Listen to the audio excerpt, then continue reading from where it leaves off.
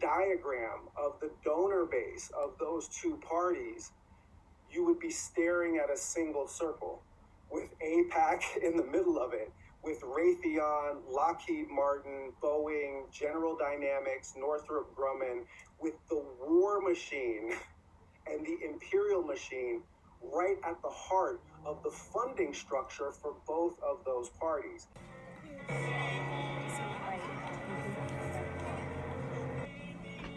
This is a waste of taxpayer money, and it encourages a militaristic attitudes, and it misleads youth and others. So there are more, but I think that's probably you get the point.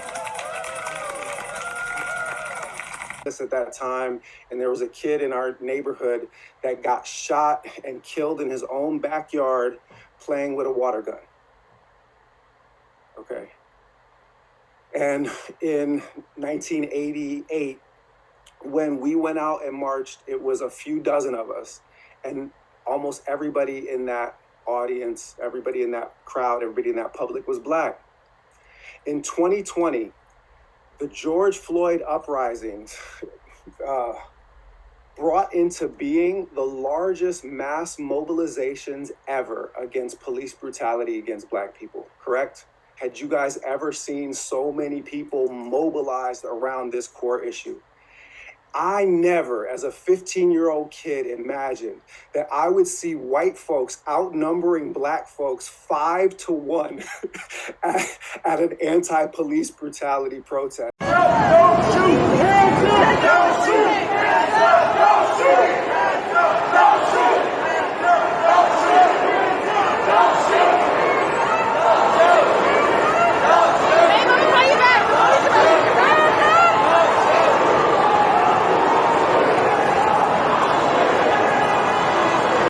Kwame Ture said mobilization is temporary and ephemeral. Organization is permanent and durable. It is repeatable.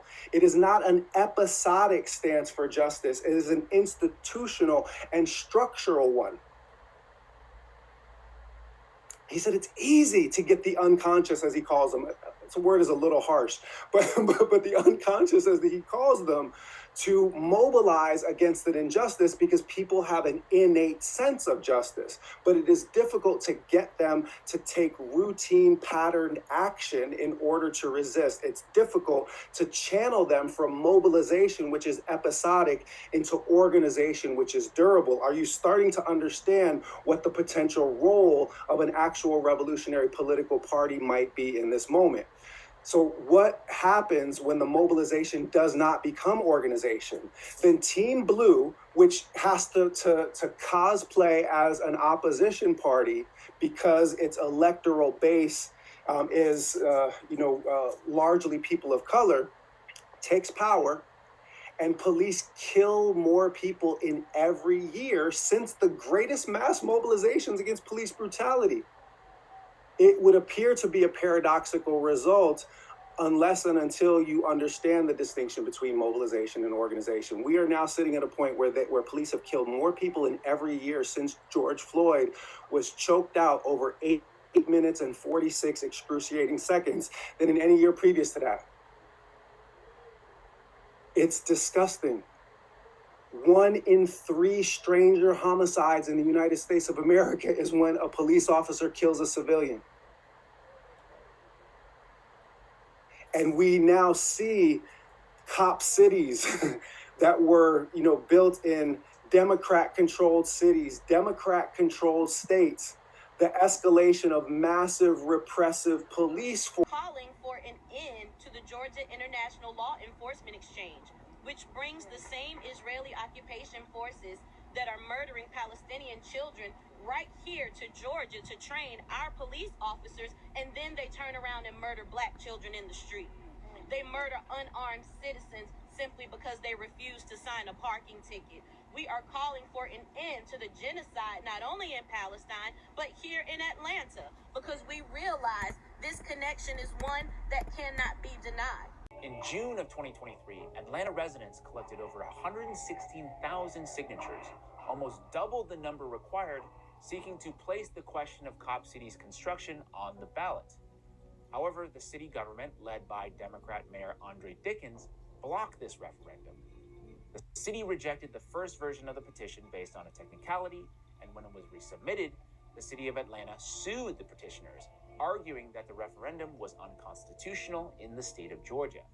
Now, in 2025, as Cop City becomes operational, that appeal is still currently sitting with the 11th Circuit.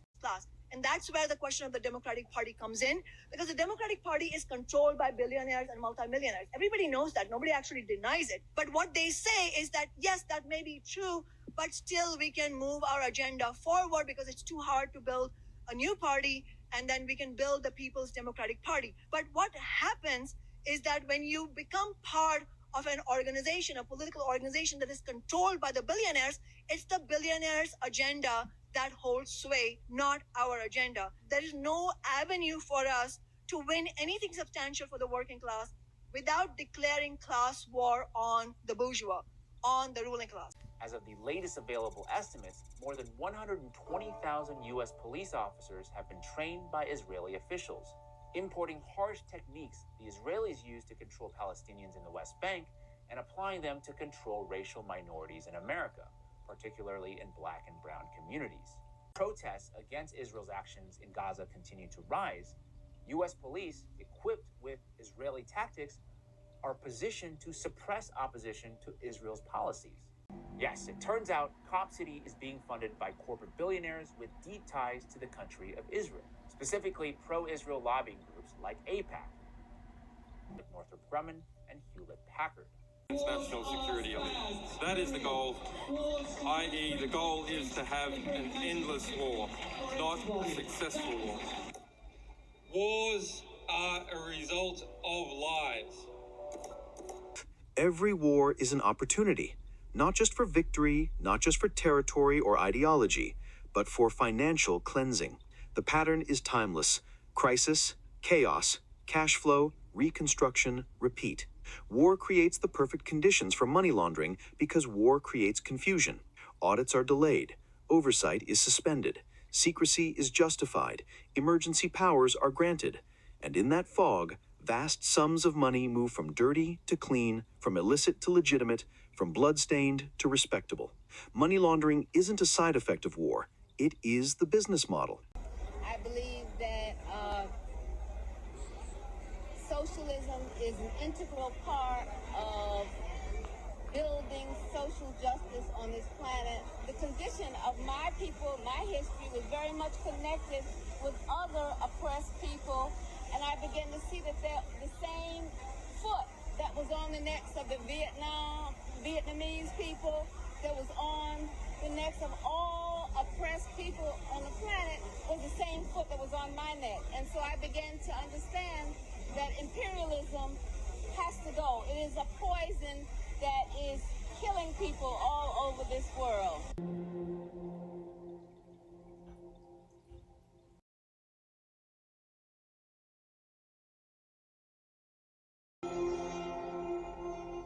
Nearly all the deaths are in incidences that kill just one or two people.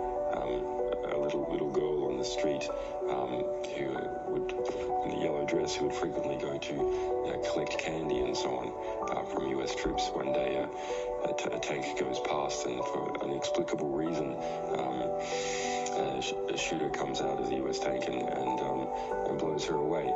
There are just so many of these incidences.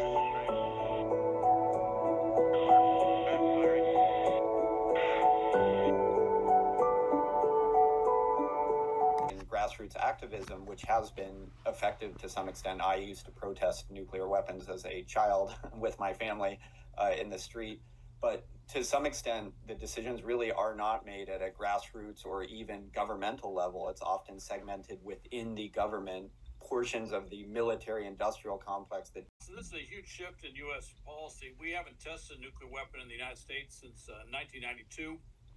You may recall in the early 60s, all above-ground testing worldwide was stopped because those massive nuclear explosions, which are encapsulated in video and film, I should say, that we see in movies and certainly newsreels and stuff. Well, it was pushing out a ton of radioactive material into the atmosphere, and causing major health effects. So by international treaty, that was stopped, but there was still underground testing. Now, all the other major nations have stopped doing it. Russia doesn't do it. The U.S. doesn't do it. However, North Korea has been doing it, and North Korea has been threatening off and on to resume their nuclear testing, which is also underground. This would be a major change. My question that immediately comes to mind is, where are they planning on doing it? The previous tests were all done in Nevada. It's an area that's not too far from Las Vegas, but that area has been basically shuttered as far as being an active nuclear testing area. Increased dialogue, in particular with the three major belligerents in the world, which are the United States primarily. We started the arms race by not following the Acheson-Lilienthal plan of my grandfather that said we should cooperate and monitor fissionable material. We tried to keep it as an American secret, and that effectively caused the nuclear arms race, with Russia reacting against that threat. So US, Russia, and China are the ones who need to come to the table. We need grassroots activism, but we also need high-level political dialogues and track two kind of personal meetings. I think it's the only possibility. Some of this stuff transcends rationalism and policy. You have to get people together to kind of decide that we're not going to do this. And I think the final point, because this is only supposed to be, I think, an intro, is the where is AI not like nuclear weapons? Joe mentioned the threat of nuclear weapons. I think the scale of the threats in the world, there's nothing that comes close to nuclear weapons. You know, AI right now outputs sequence of characters in a terminal, and people want to conflate that with nuclear weapons, but it's not the same, which would mean a use of escalating nuclear arms race means effectively the end of society. Where AI is most dangerous is the use that would set off one of these auto-escalating arms exchanges. And if you're dealing with things this difficult and almost unsolvable, I think that there's a sliver of AI that can be an agreement period to talk about the threats of AI and nuclear weapons, which is that nobody in the world wants an accidentally caused nuclear arms race. Everybody agrees on that. Russia, China, US, you don't want that. It's kind of a simplistic view of it, but if you can come to one sliver of something that we agree on and say, okay, we don't want to have that, that can kind of bring especially the most fractious parties in the world, in particular US, China, and Russia, together to say, okay, we'll agree on that one area. Let's not have an accidentally caused nuclear arms race. And I think that is potentially the biggest threat in the AI space. So that's...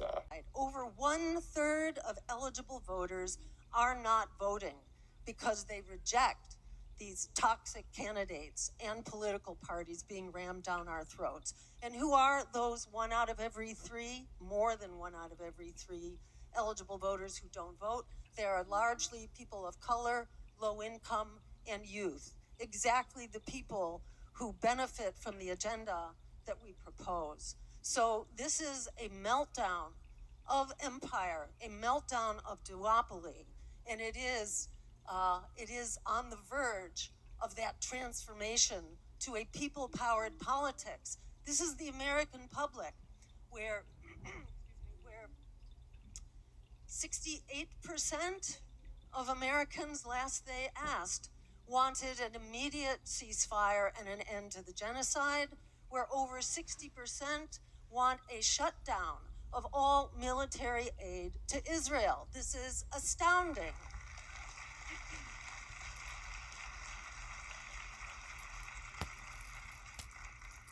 This is not so much a problem of a misinformed public. This is a problem of a public which is denied representation. We have an anti-democratic government, is what we have, both political parties. And as said earlier, Trump is a symptom. He is not the disease itself. He is part of the disease, but he is not the driver of that disease. He is a symptom of it. That disease is wreaking havoc on every dimension of our lives. It was, some months ago, it was said to be over 60% of Americans who are living paycheck to paycheck. Well, now that is over 2/3. It's now over 66% of Americans. Over half of Americans are now struggling to pay their rent, paying more than 30 or even 50% of their monthly income just to keep a roof over their heads. Meanwhile, the rate of homelessness is absolutely unprecedented. Last year, the number of homeless increased by 18% in 1 year alone. That's on top of a 12% increase the year before. 100 million people are strapped in medical debt, 44 million in student debt. Half of youth say that they are hopeless about the future. 1 in 4 have considered harming themselves within 2 weeks of the poll alone because of how desperate they are about the condition of their lives. This says really more than anything that what is being imposed on us by the parties of oligarchy, by the corporate duopoly, is absolutely unsustainable, unforgivable, and it will not stand.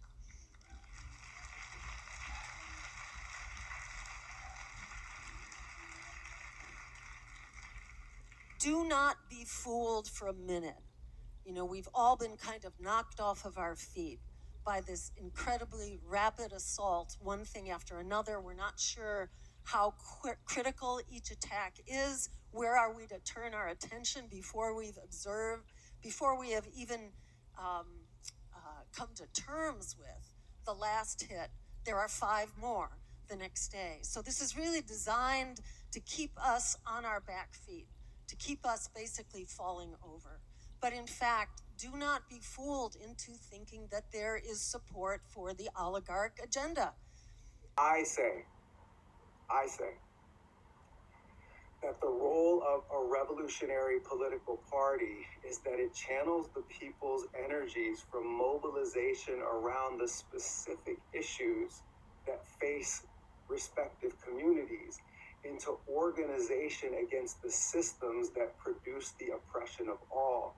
It means that we're no longer mobilizing around trans rights in a silo. It means we're no longer mobilizing around LGBTQ rights in a silo, or immigrant rights in a silo, or police brutality in a silo, or Palestinian liberation in a silo. We are understanding and presenting to the public the structural relationship between all of these forms, and positing simply and in a straightforward way that simply protesting these forms of oppression will produce no outcome.